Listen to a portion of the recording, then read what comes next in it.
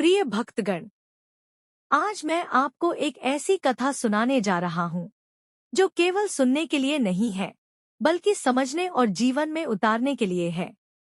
यह कथा भगवान शिव के उस गूढ़ रहस्य को प्रकट करती है, जिसे जान लेने के बाद मनुष्य अपने भाग्य का निर्माता स्वयं बन सकता है। एक समय की बात है। एक युवक था, नाम था आदित्य। दिखने में सामान्य, पढ़ा लिखा, मेहनती, लेकिन उसका जीवन असफलताओं से भरा हुआ था। जो भी काम करता, अधूरा रह जाता। जहां नौकरी मिलती, वहां अपमान। जहां व्यापार करता, वहां घाटा।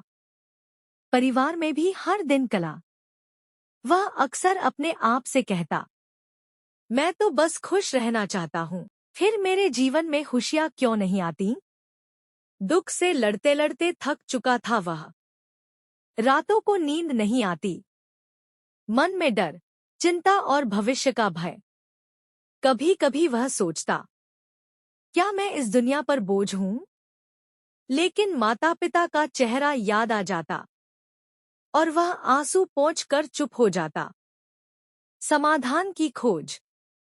एक दिन वह कई साधुओं, बाबाओं, ज्योतिषियों के पास गया। किसी ने कहा, यह ग्रह दोष है। किसी ने कहा, पूर्व जन्म का कर्म है।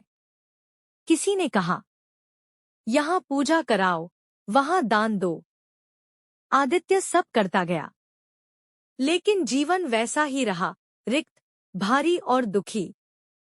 शिव भक्त वृद्ध से भेंट। एक दिन वह एक पुराने शिव मंदिर में बैठा रो रहा था। तभी एक वृद्ध साधु आए। चेहरे पर अद्भुत शांति थी। उन्होंने पूछा, वत्स, क्या खोज रहे हो? आदित्य बोला, मैं सुख खोज रहा हूं, पर मिलता नहीं। साधु मुस्कुराए और बोले, क्या तूने कभी देखा है कि तू सुख को खोज रहा है या दुख से भाग रहा है? शिव का गूढ़ ज्ञान। साधु बोले, वत्स, दुख और सुख बाहर नहीं होते, ये मन की दिशा से जन्म लेते हैं। उन्होंने एक सरल प्रयोग बताया। कल सुबह उठकर यह मत सोचना कि मुझे दुख से बचना है, बल्कि बस अपना काम शांति से करते जाना। आदित्य बोला, बस इतना? साधु हंसे, हाँ, क्योंकि मन को आदेश नहीं दिए जाते, मन को दिशा दी जाती है। परिवर्तन की शुरुआत। अगले दिन पहली बार आदित्य ने अपने दुखों के बारे में सोचना बंद किया। न नौकरी की चिंता, न भविष्य का भय। वह बस काम करता गया। धीरे धीरे चेहरे पर शांति आने लगी। बात करने में आत्मविश्वास। लोगों का व्यवहार बदलने लगा। शिव का सत्य। कुछ महीनों बाद वही आदित्य नौकरी में सम्मान पाने लगा। परिवार में प्रेम लौटा। मन शांत रहने लगा। वह फिर उसी मंदिर गया, लेकिन साधु नहीं मिले। मंदिर की दीवार पर लिखा था, मन जिस दिशा में चलता है, जीवन उसी मार्ग पर बहने लगता है। दुख से मत लड़ो, सुख अपने आप आ जाएगा। कथा का सार। शिव वाणी।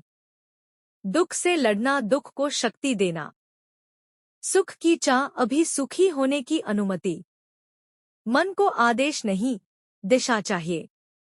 जब मन शांत होता है, भाग्य बदलता है। अंतिम संदेश। प्रिय शिव भक्तों, अगर यह कथा आपके मन तक पहुंची हो, तो इसे पूरा सुनना ही नहीं, जीना भी शुरू कीजिए। क्योंकि भोलेनाथ उन्हें नहीं बदलते, जो भाग्य को कोसते हैं, वे उन्हें बदलते हैं, जो अपने मन की दिशा बदल लेते हैं। हर हर महादेव। हर हर महादेव।